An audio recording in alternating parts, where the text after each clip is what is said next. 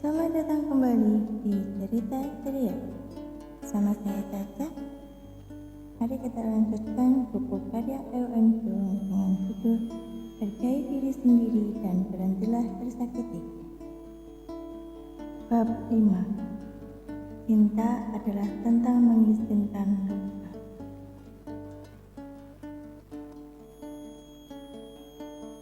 Jaga kehormatan minimum untuk diri sendiri. Energi batiniah. Berkencan adalah tugas kaum muda, tapi mau menjalin hubungan saja sulit. Ketika menceritakan kisah seperti itu, 8 dari 10 wanita terbelalak. Bo Byung adalah salah satunya. 6 bulan lalu dia putus dengan pria yang telah dipacarinya selama 5 tahun. Dan baru-baru ini mendengar tentang pernikahannya. Ia menderita bulimia karena shock.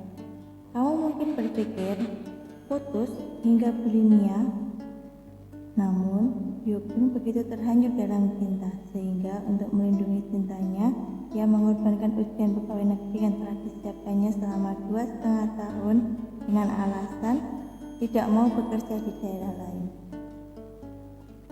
Aku tidak benar-benar ingin menjadi pegawai publik.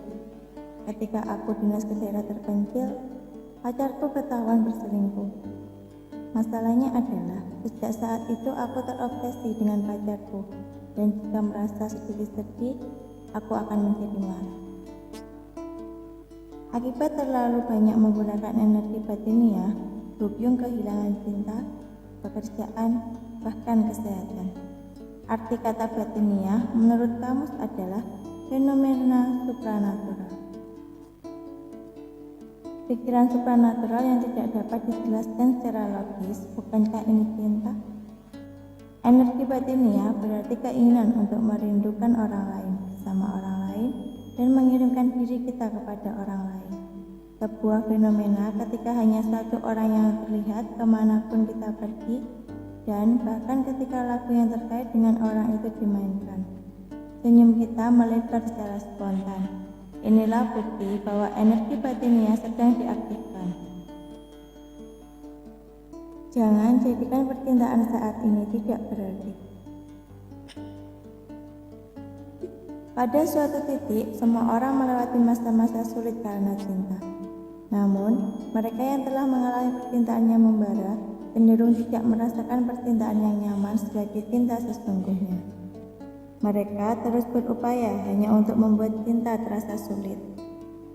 Nyukung yakni kecenderungan untuk berfokus pada satu sisi tanpa berpegang pada pusat pikiran sendiri. Meski berkencan adalah kemewahan, banyak wanita masih memimpikan percintaan yang berapi-api. Menikah atau tidak, wanita tampaknya hidup dengan melantunkan mantra, pasti ada pria yang lebih baik.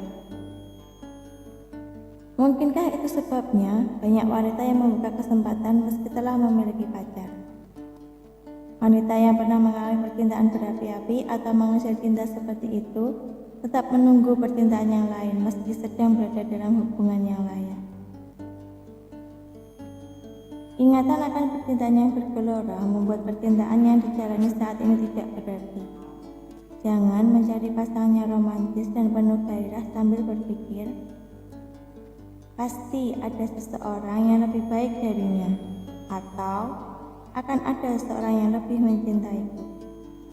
Artinya, kamu tidak sebaiknya mengompensasi diri dengan terburu-buru mengisi potensi kekurangan di masa depan yang tidak dapat diisi oleh percintaan saat ini. Yang lebih penting daripada memiliki percintaan yang membara di usia 20-an adalah menjalani cinta yang sehat. Cinta tidak harus sulit. Mengejar cinta yang bias hanya akan membuat hubungan di masa depan semakin sulit.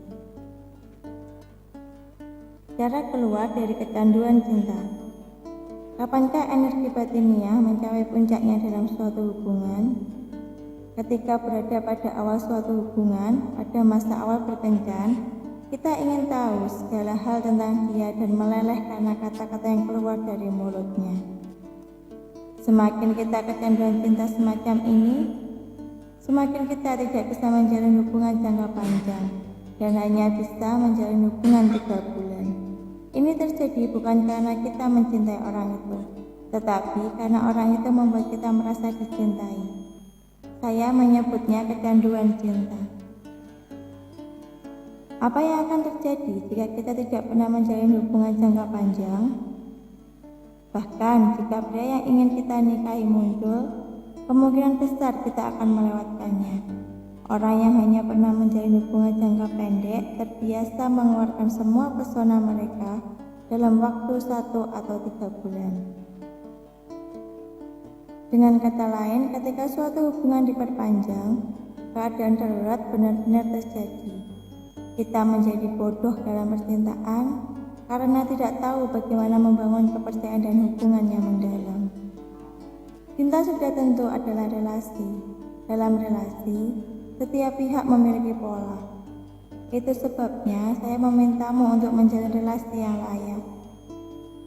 Jika kamu ingin bertemu orang yang baik, kamu harus menunjukkan jejak cinta yang baik.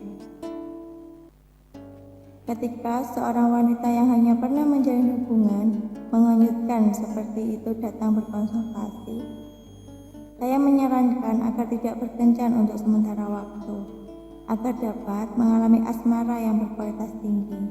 Penting bagi seseorang untuk merefleksikan hubungannya selama masa percintaan. Pengelolaan diri untuk meningkatkan harga diri haruslah didukung. Orang yang pernah menjalin hubungan yang sehat tidak mudah memiliki cinta berikutnya. Alasannya, dia belajar dari pengalaman bahwa lebih penting bertemu seseorang yang dapat mengisi kedalaman cinta daripada hubungan cinta itu sendiri. Jika kamu hanya pernah menjalin hubungan jangka pendek, saya harap kamu melepaskan hubungan cintamu untuk sementara waktu. Manfaat psikologis dari hubungan tanpa status. Penulis Amerika David Sedaris menganalogikan hidup dengan tungku. Menurutnya, ada berbagai tungku dalam hidup seperti cinta, keluarga, teman, relasi, kesehatan, pekerjaan, dan lain-lain. Agar seseorang bisa berhasil, 1 atau 2 tungku ini harus dimatikan. Karena cinta memiliki daya bakar terbesar di antara berbagai emosi lain dalam hidup. Tungku lain tentunya padam selama berkencan. Karena inilah kebanyakan orang melalaikan keluarga atau temannya saat mulai berkencan. Lalu setelah putus, kesehatan dan pekerjaan mereka terganggu. Kesimpulannya, hampir mustahil untuk menangkap 2 kelinci. Cinta dan kesuksesan atau cinta dan relasi. Oleh karena itu, saya memandang positif apa yang disebut hubungan tanpa status. Beberapa orang berkata negatif tentang hubungan tanpa status. Kamu pasif dalam hubungan, atau kamu hanya menggoda karena tidak mau berkomitmen. Namun, bagi mereka yang aspek lain dalam hidupnya hancur karena berfokus pada percintaan, hubungan tanpa status dapat dilakukan. Apalagi dalam lingkungan seperti dewasa ini, ketika ada banyak tugas yang harus dilakukan, memfokuskan energimu hanya pada percintaan akan membuatmu tidak bisa memusatkan hidup. Tidaklah produktif untuk mengejar cinta semata, dalam kenyataan saat kita harus hidup dengan tujuan mulia. Menyalakan tungku cinta dan tujuan yang menyertainya dapat menyebabkan efek samping bertemu seseorang. Secara harfiah, kita akan berkencan demi cinta. Memiliki cinta yang berapi-api berarti mengorbankan dunia kita sendiri. Tidaklah buruk untuk merasakan percintaan yang berapi-api dalam suatu hubungan. Jika belum mencobanya, kamu boleh mengharapkan itu. Tapi ingat baik-baik, pandai berkencan tidak berarti bertemu banyak pria populer atau terus-menerus menjalin percintaan. Menciptakan relasi yang tumbuh bersama satu sama lain, inilah yang membentuk hubungan asmara yang baik. Cinta yang berapi-api bukanlah cinta. Kekuatan untuk membuat hatimu lebih kuat dan lebih jernih. Cinta butuh keberanian. Suatu penelitian menemukan bahwa 1 dari 10 pria dan wanita yang belum menikah di Korea adalah lajang sejak lahir. Dia menggambarkan orang yang belum pernah berpacaran memiliki suatu kekurangan. Tetapi banyak di antara mereka yang saya temui sesungguhnya adalah sosok yang menarik. Di antaranya ada yang memutuskan memilih kesenangan menyendiri daripada ketidaknyamanan bersama seseorang. Kamu tidak perlu mempermasalahkan kehidupan lajang yang kamu pilih sendiri. Namun, jika kondisi internal dan eksternal dirimu cukup untuk berkencan, tetapi kamu tidak ingin menjalin hubungan, sebaiknya kamu meninjau kemungkinan adanya masalah yang menyebabkannya. Jika kamu masih lajang karena menunda percintaan untuk mengasah keterampilan di siang hari dan bekerja paruh waktu di malam hari, ingat-ingat hal ini. Kamu bukannya tidak mampu mencintai, kamu hanya kurang berani untuk mencintai. Jadi, janganlah menganggap dirimu sebagai orang yang tidak mampu, tetapi berlatihlah memahami dan menerima cinta apa adanya.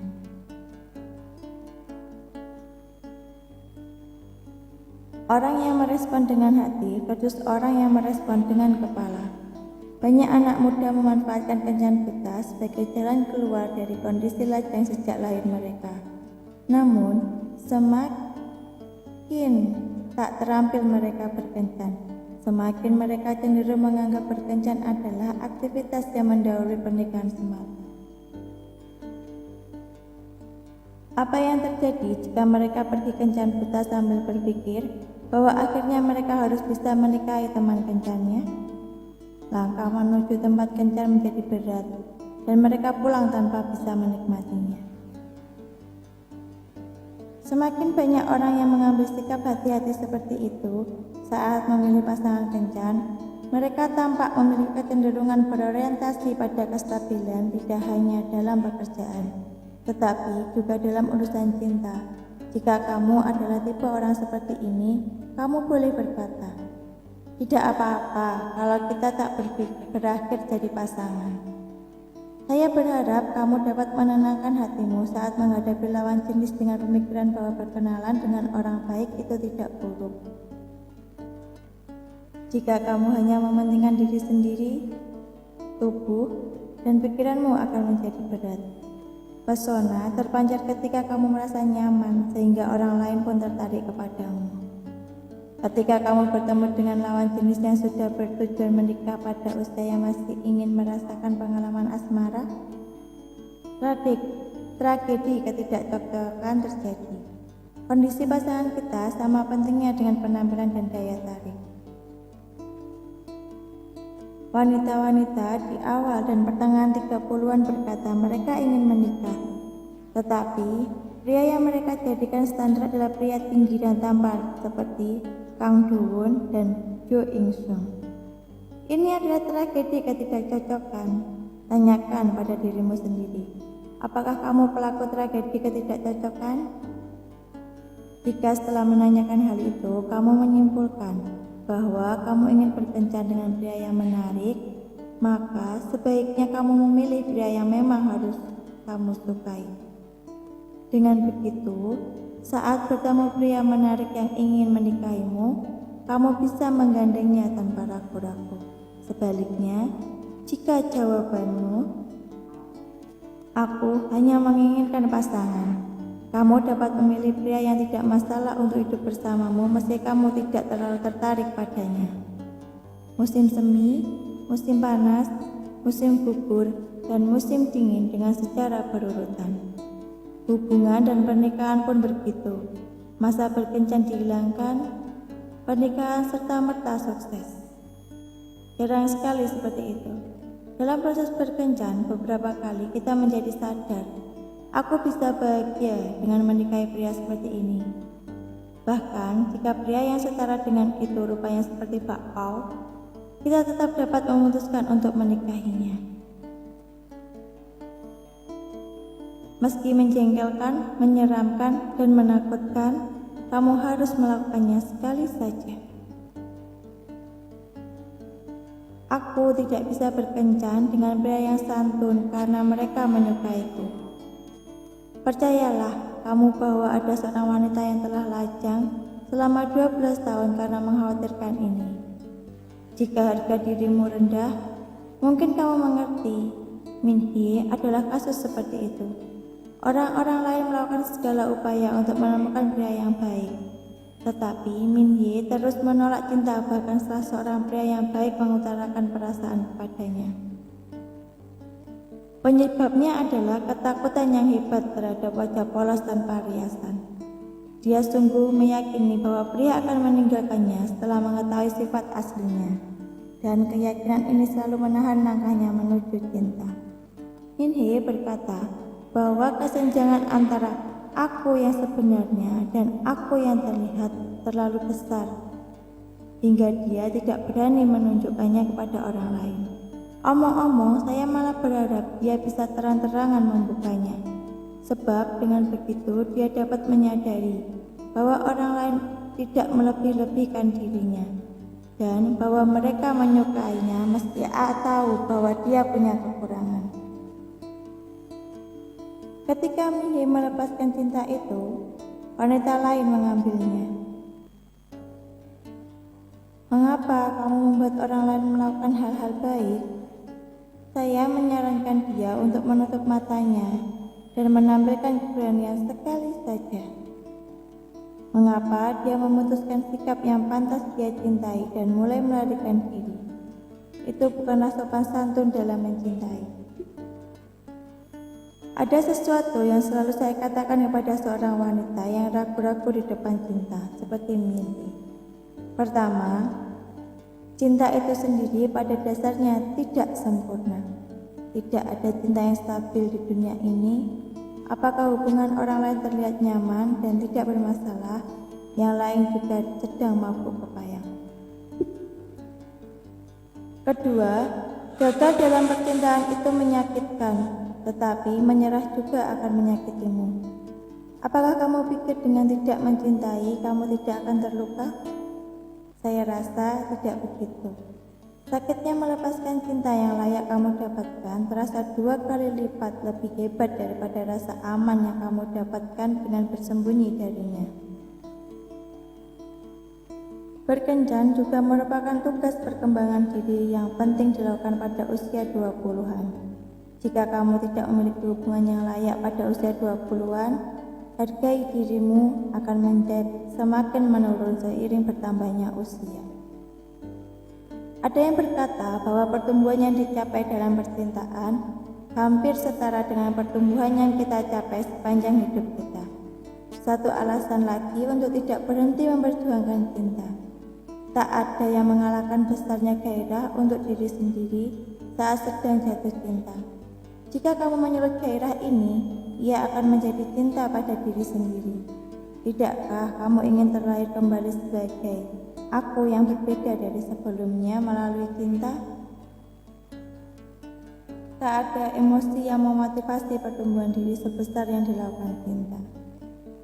Underscore, cinta pada dasarnya tidak sempurna.